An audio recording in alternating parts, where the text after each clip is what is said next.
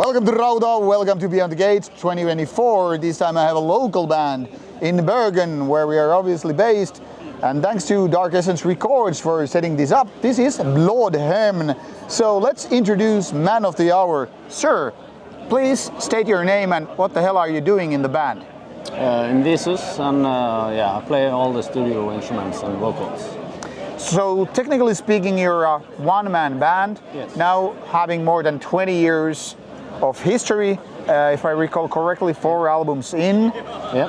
And you've been doing this more or less all the way down by yourself. Yeah. What's the story? I come from a little island with no more than 500 people living there. So in some way it was no other choice.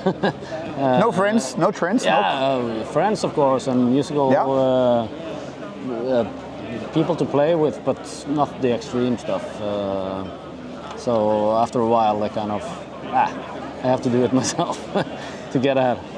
So. What made you, learn all the instruments essential to making the music of Blodhemn?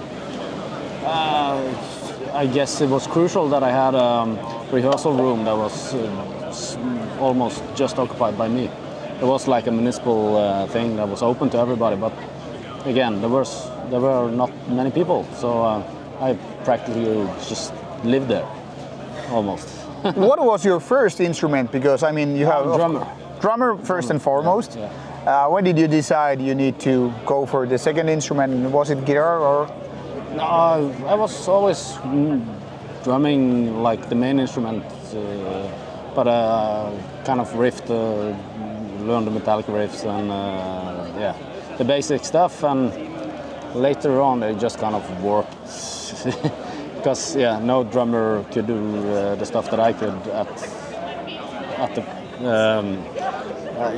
the place where I lived. So or the guitar stuff, it kind of just it was the natural way after a while. How hard it is for you to just take care of all the instruments like drums, guitars, plays, vocals, whatever? It's very hard. Playing the Blodhemn stuff is takes a lot from you, and I'm not an active drummer as I was back then now, so it's hard. I have to practice a lot before a studio session. How do albums like you? I mean, like you said, you're first and foremost a drummer, but then you have all the instruments, and of course when you start composing, you really can make melodies or riffs with drums. So how does it work when you have a solo project or solo band such as yours? So where does it come from? In terms of like choosing instruments and go on. Oh, because it's it's hard to write an album on the drums, So you have to start with a riff. Usually, it's the riff and the drums, and you kind of build from there. A good riff, and it kind of lives its own life after that, So does it go like guitars first, then you go drums, and add bass later, or do you do like first like guitars or bass, or guitars, vocals, bass, guitars? Like how does it make it to an album or a full song? Guitars first, and drums and basic IDs, and kind of program just the basics, and then some vocals and bass, kind of fill it. If there's some blank spaces, you kind of can use the bass to fill in. This was a little bit open. Maybe throw in a bass melody or something to not make it boring, or to fill up the empty spaces. So the bass is the last thing I usually top off the songs with. Isn't it often like an overlooked instrument when you think about black metal? Like bass is somewhere in the room, but nobody wants to talk to the bassist. It's almost like a guitarist and vocalist or drummer or whatever. Yeah. So do you have that bassist syndrome, like we need to add it, but it doesn't need to be audible? I have the opinion that you might not always hear the bass, but when it's not there, you're gonna hear it. Exactly. Yeah. It's kind of a typical thing in metal. Like you don't realize when it's present, but you will realize when it's not. Yes. Now, talking about your inspirations, your music sounds kind of a very, very traditional Norwegian black metal, or say Nordic black metal, not necessarily purely Norwegian. I mean, there are certain riffs, certain melodies, which are something like what will instantly you play an album by Blodhemn, you will figure it out. Okay, this is coming from the Nordic countries. So there's certain language or level of communication. But what are your inspirations? Where do you get these ideas from, like sounding how you sound? I guess a lot of it is from back home, and it's an island. The last thing you'll meet before England from Norway, so it's heavy seas and a lot of hard weather and scenery. Nature stuff. But are there certain bands that you kind of like inspired you to do what you do? There are, of course, but no more. I can't say one or two. Okay, let me ask it this way: what are the bands you grew up with, figuring out you want to do metal in the beginning? So Metallica, of course, like everyone else. Yes, and guilty as charged. And one that doesn't get mentioned so often, I want to name drop is Iced Earth. Okay, that's pretty interesting. The riffing style of John Schaefer did. If you listen to the Blodhemn albums, you'll find that. Okay. Well, that's good to give a little bit of credit to the bands, like where you're coming from, and help people understand the background. Are there specific albums or songs that you really like made your heart burn when you were like, say, teenager? Yeah, I'm gonna continue with Iced Earth then and say Live in Athens. Okay. Of course, everybody remembers Muscle Puppets, I guess. So, That's kind of a given, you know. And people who don't know Metallica or understand it, like, are kind of like, what the hell is this? But a lot of bands, especially coming from the 80s or 90s or whatever, I mean, it's right there. When you talk about islands, and this is why I wanted to pick this particular place. We're at the USF Werftet, and people who come here that Beyond the Gates obviously need to understand we're in the very bay area of Bergen. You know this area way better than I do, all the backdrops, and you mentioned that when we go that far, you will have more islands, and then there is England. What does this surrounding and the Bergen area and the islands mean to you? Like, this is like the cheap version of home, because this is not islands enough. No, this is not isolated at all. You know, there's a half an hour ferry ride to get out from the mainland to where I'm from. So this is merely an entryway. There's no wind. There's no thing in your sea hitting your face or anything. So this is for tourists only. This is tourists. So wind is of course very important part of living by the sea, and of course when you have the islands and the fjells and all that stuff. How important part is this nature, especially seaside and islands, to you when creating the music? How much it matters that you're within the nature and the sea when creating music? Well, it's more like a thing I see in hindsight. When I look back at what I've been doing. That sounds like rough seas or because I don't sit down and I want to write a nature fucking sounding riff or something. It's like that sounds just like a storm in fighting the waves in a boat or whatever. It's something that just happens. What about Blodhemn and live? How it is, how you make it happen? I have a bunch of very skilled and great people that help me out with that. So we have a live lineup that handles that together with me, and then I do only the live vocals, so mainly. how easy or hard it is for, I mean, because you live in an island and you have to come to the mainland in order to kind of get to the scene and get to the vibe and meet the people and all that stuff. How much there is like hard time for you to actually do it? I don't live at Feie no more. So That's where I grew up, but I live like half an hour from the city center. But, So no, that's... Now it's easier than it. Yeah. I don't think I could make it work living out there. So how do you feel the whole Bergen scene? Everybody who knows anything about Norwegian black metal, of course, know that a lot of old school names like Enslaved and Burzum, etc. came from here, and of course they were, inspired by the surroundings and the scene. And now you're the torchbearer, being more than 20 years into the scene, and now it's a kind of a, I don't know if new era, but kind of like 2000s versus the early 90s. And of course you've been around for quite some time. How do you feel the Bergen scene is, in your opinion, nowadays? Now I guess there's a lot more happening than in Bergen, I think, around other places. But there's still something brewing and some good bands still. So. Do you think this gap between different generations, like people born in the 70s and people are you like connected, or do you see like a generational gap? No. The scene in Bergen is very open, and but at the end of the day, it's how good your album is or your riff, it's a good vibe.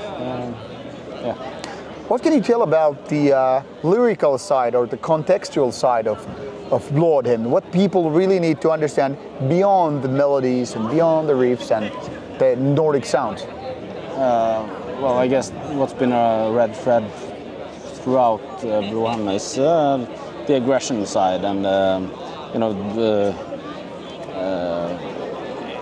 back in 20 years ago, it was more like trash riffs, and I started a band before I actually could play. You start a band and then you learn to play. It's how you do it, but kind of a classic way anyway. So now I have to learn the instrument. But so back then it was more trashy and moved over to more black metal stuff along the way. But the red thread was always the aggression and the violent stuff. I'm thinking because, like you mentioned, the aggression is kind of obvious if you listen to the albums, because while there are melodies, it's quite fast tempo and to a certain, well, of course, aggression with the speed and all. Do you ever feel like you would like to do something else either with Blodhemn or a side project, like something more, say, less aggressive, less melodic, maybe slow tempo and all that stuff, or is Blodhemn the home of it all for you to spill it out? No, actually, just started a new project that is kind of more rock and roll, Jerry Lee Lewis keyboards. So kind of old school, really. Yeah, it's a rock and roll. Makes you want to drink beer and. Like put your hand out and like driving a car. Yeah. How do you choose different topics when you're like, okay, this isn't exactly Blodhemn, this is something that I want to like? How do you sort it out? Like mentally, like what kind of feel, whatever? No, it kind of falls into place by itself, because, or do you mean like riffs or? Like riffs or melodies, whatever you think about. There's a big gap between black metal and rock and roll. So you keep it strictly separated? No, it's just more. No, I guess I'm kind of subconsciously knowing that I'm writing to that project or that project. And I also try to not make boundaries. So if there's a trashy riff that's gonna work in the rock and roll band, I'll do it as long as it works. Why not? Well, the name of the band is, of course, in Norwegian, and some of the album names are also. So, what can you tell about the thing? Why it's important to have the Norwegian thing rather than going international and say English and let people understand it? Is it easier to write in Norwegian, or is it something important in other ways? Is it the identity part? Yeah. Most definitely. And no, I would say it's not easier to write in Norwegian, not at all, but more rewarding maybe. More rewarding. Yeah, and more when we have the finished product, you see, and you hear the riffs. That's kind of has the nature and whatever the aspect, those aspects. It's it would be weird with English lyrics. I get it. Yeah. Now, 4 albums in and also EP and whatnot, how important part is the cover art when you design or decide for the full project to go on? How important part is the visual side of things? Too important, unfortunately. It's always a drag because what is good enough, you know? Yeah. And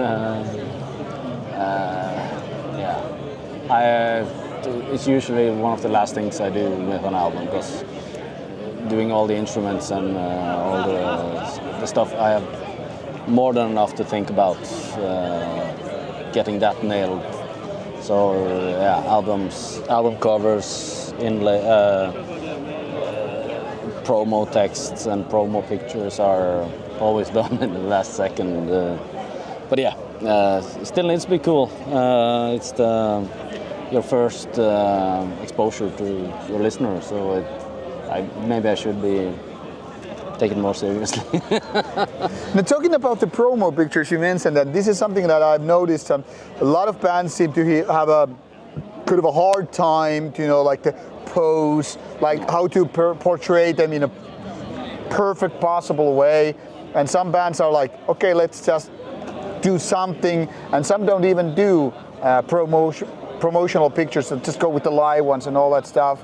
How important part is you do, like show up properly in terms of like photos and all?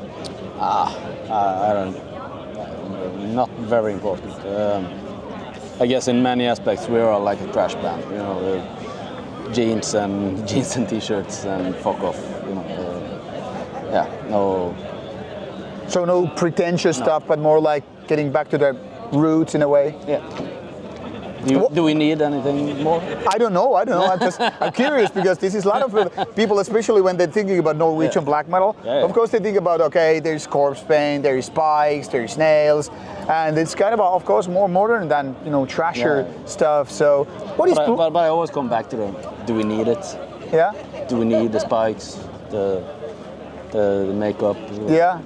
Does it make us a better band? Well, that's kind of a given. We need it. We've seen some very special live here, for example, at Beyond the Gates. Yeah. See that Inferno, some bands bring the whole fucking catering on the stage. What is Blodhemn live like then? More a thrash and the punk attitude with jeans and t-shirts and the aggression. If our riffs aren't good enough, then our show isn't good enough. Oh, that's a very, very healthy perspective. That's a bold statement, but yeah. I mean, I totally understand. I come from the old school and I totally agree. What about the so-called rock and roll lifestyle, which can be applied to metal? Ups and downs, best and the worst of becoming a band that plays gigs and maybe tours? All the waiting is the downside. And it's more waiting than playing or partying than everything. So that's the that people don't know maybe. Yeah, I mean, you travel 14 hours to play a 45-minute set. And the rest is waiting. Yeah, waiting, and you get back home and you're not ready for a new day when you get back home. So I think there was once upon a time a Finnish black metal guy who said like the 23 hours is pretty much shit. That only when you get on stage to play that 45 minutes or 60-minute set, that's the worth living. Yeah. How much would you agree on that 100%. statement? But I can't do it too much because the 23 other hours are killing me. How important is chemistry versus musicianship when you go to live bands, like like setting up?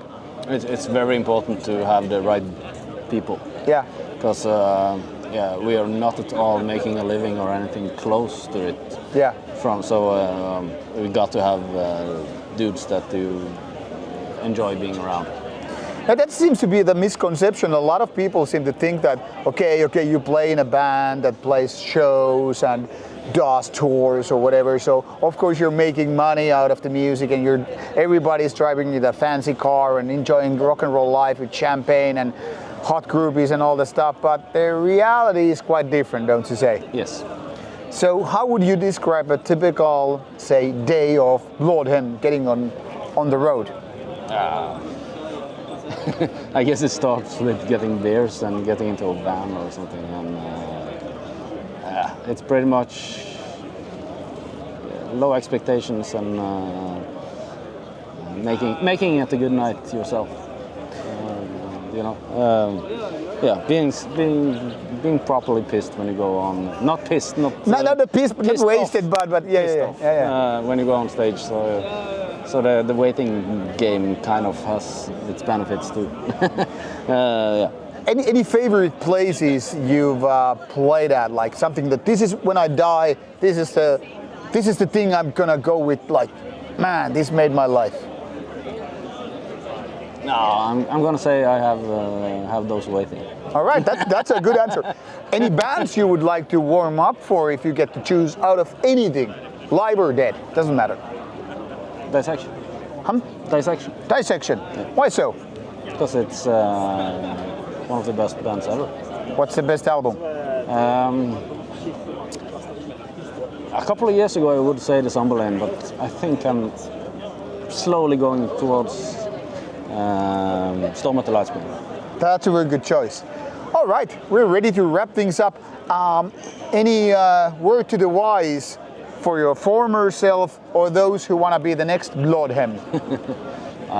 What do you start with? What kind of tips you would give to yourself? To myself? Or the next Blodhemn guy out there living on the island, ready to pick up the guitar after Metallica and whatnot? Never go to music school. Never go to music school? No. Why is that? Because then you get bored and quit. All right. You just start riffing and do what's fun, and you can, if you want, learn all the musical bullshit later. All right, that's a very good answer. All right, guys, take notes, and now I wish you will dive deep into the world of Blodhemn. 4 interesting albums full of Nordic black metal, something from the island, something from Bergen, and something for you, and hopefully for me as well, to enjoy live someday. Now, I want to thank you so much for this talk and informative conversation. Now, people, off you go. This is Beyond the Gates 2024. This is Rauta. This is Blodhemn. Off you go. Stay metal. Now, before you go, let's do quick photos for social media purposes. You know how it goes.